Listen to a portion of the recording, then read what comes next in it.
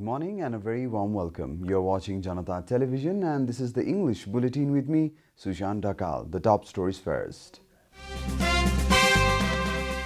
Special Court issues arrest warrant against the Busnet. The former CIA chief has been facing charges related to Lalita Niwas land scam. Conflict victims of Kapil Bastu yet to receive compensation seek justice 13 years after comprehensive peace accord. Government confirms 830 new cases of coronavirus. Active cases across the country dropped to 10,000. Germany announces stern lockdown as corona cases spike in the country. Chancellor Merkel alleges Christmas shopping for the surge. And Spurs and Liverpool held in Premier League. 6 points separate the top 9 teams.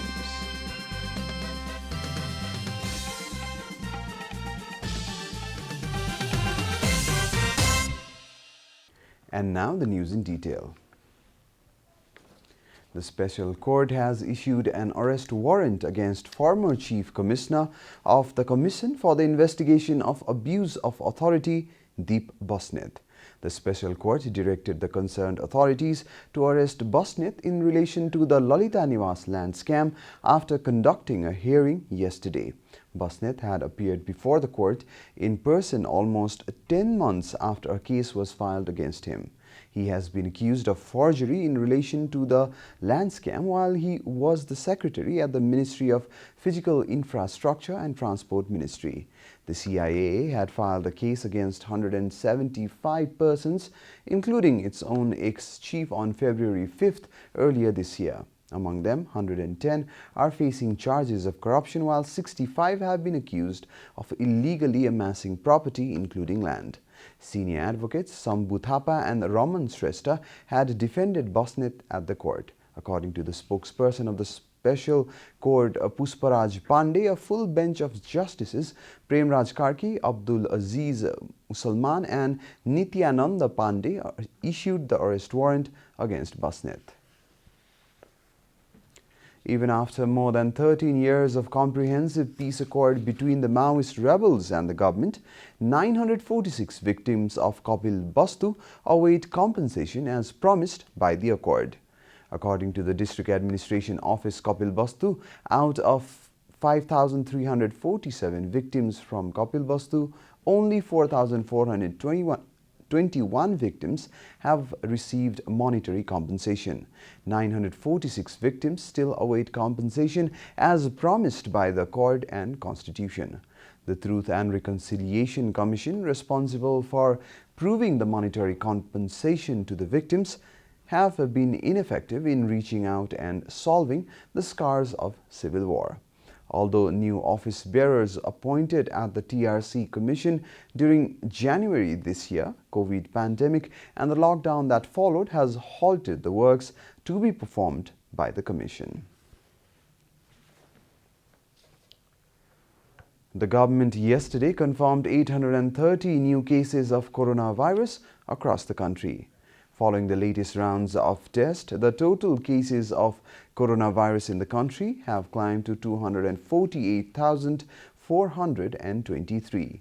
The number of active cases in the country has dropped to 10,994 from the overnight tally of 11,673. According to the Ministry of Health and Population, altogether 235,731 infected persons have recovered from the disease in the country so far. The death toll from coronavirus has climbed to 1,698 across the country, with the confirmation of 9 new fatalities yesterday. Nepal is currently among the top 40 countries that have been most affected by the pandemic. The USA tops the list with 16.73 million cases, followed by India with 9.88 million cases. This is Janata Bulletin. We'll be right back after a short break.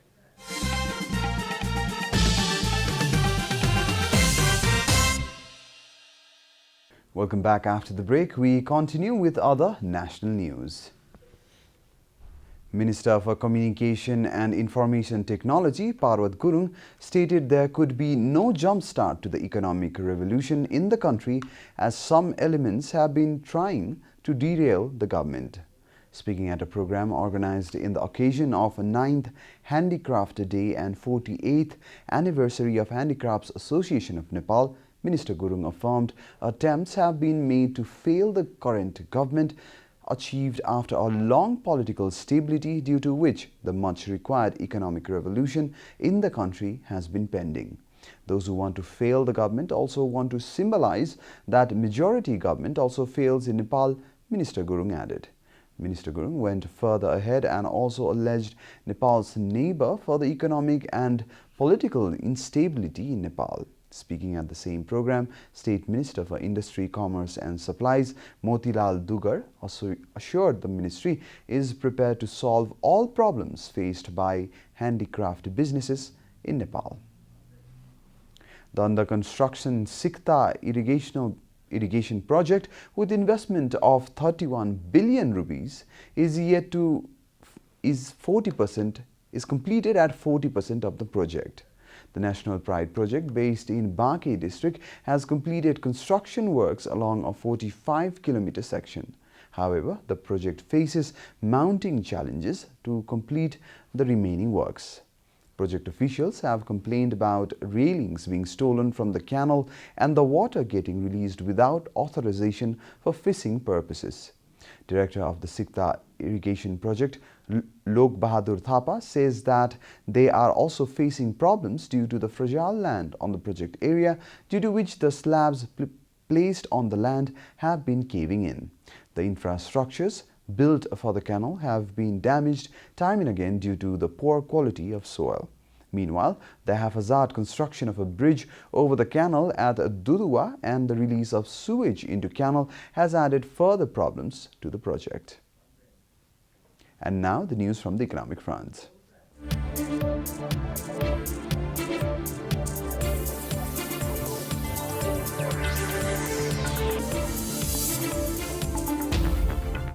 Himalaya Motorrad Company under Himalaya Organization has launched Nimji electric auto made in India in the Nepali market. The company has stated that Nimji electric auto has started selling all over the country during a program in Kathmandu on Sunday.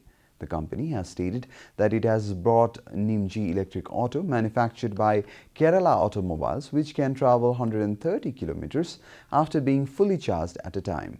The company has stated that the operating cost of an electric auto is only 75 paisa per kilometer. It was informed at a public event that the battery of the car will be fully charged in about 4 hours with a 3-year warranty. The market value of the car is Rs 149,000. Speaking on the occasion, Krishna Prasad Dulal, president of Janata Automobiles Association, said that cheap electric vehicles could be introduced in Nepali market if tax exemption was provided by the government. The company plans to launch an electric car with an 8-year warranty in the near future. The company has informed that the car is suitable for Nepali roads and can easily climb up to 30 degrees and reach up to speeds of 50 kilometers per hour. Time for a short break here at Janata Bulletin. Stay tuned for international news.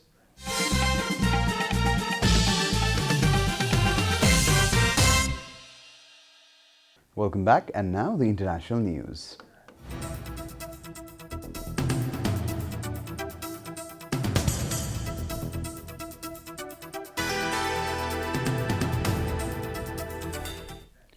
Germany has announced new restrictions over the Christmas period as coronavirus cases and death reaches record level. All non-essential shops will remain closed across the country throughout the festivities. Schools have also been shut down. BBC has quoted German Chancellor Angela Merkel as she blamed Christmas shopping for a considerable rise in social contacts. The latest figures showed 20,200 more infections and a further 321 deaths. Germany has announced a new lockdown period to run from 16th of December to 10th of January for now. announcing the move after meeting leaders of the country's 16 states. Chancellor Merkel said there was an urgent need to take action. BBC quoted the Chancellor as saying, "Restaurants, bars and entertainment centers have already been closed since November, and some areas of the country had imposed their own lockdowns." According to BBC, under the national lockdown, essential shops such as those selling food will stay open, as can banks. Outlets selling Christmas trees can also continue trading. Hair salons are among the businesses which must close. The United States has started delivering the much-awaited Pfizer-BioNTech COVID-19 vaccine across all states with the aim of vaccinating more than 100 million people by the end of March. According to BBC, the first doses, packed in containers with dry ice to keep them refrigerated, were transported across the country on trucks and planes early today morning.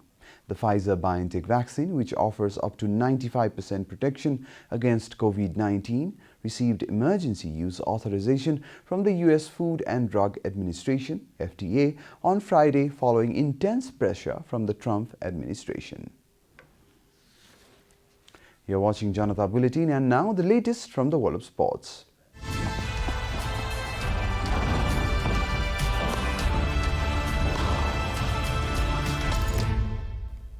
Joint leaders Tottenham Hotspur and Liverpool both dropped points on a busy day of Premier League on Sunday.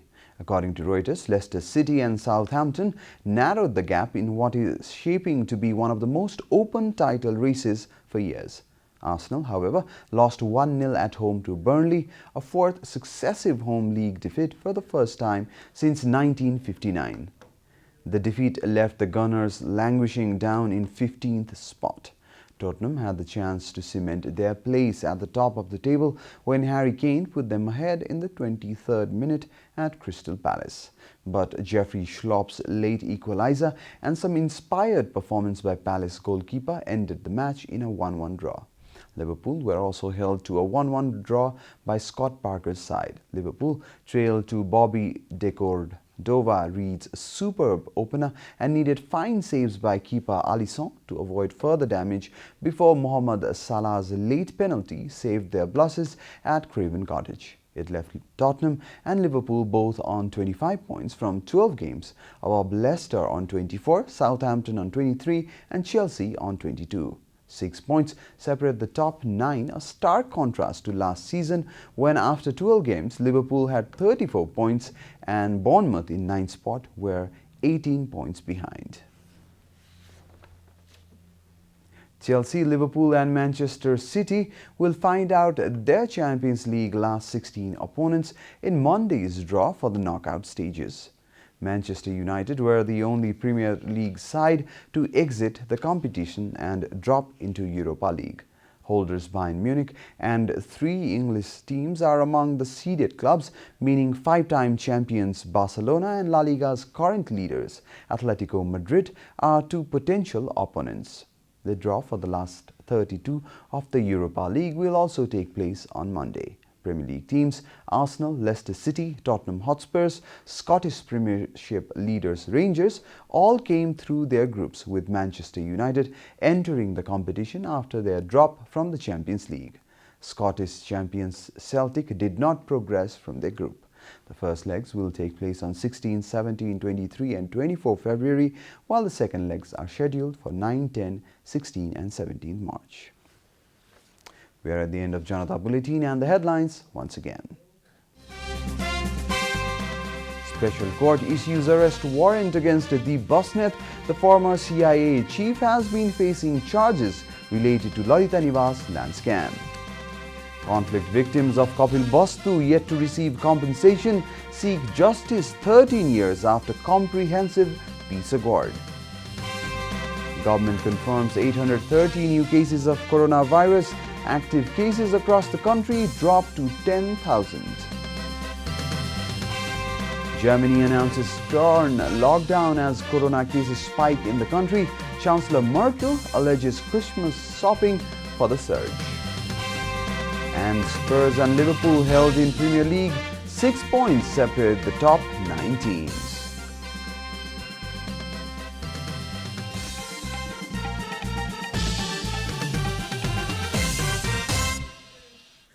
And that's all from the English News Desk for today. You can follow Janata Television and our programs on various social media platforms, including on our website, janatasamachar.com. Keep watching Janata Television. Namaste.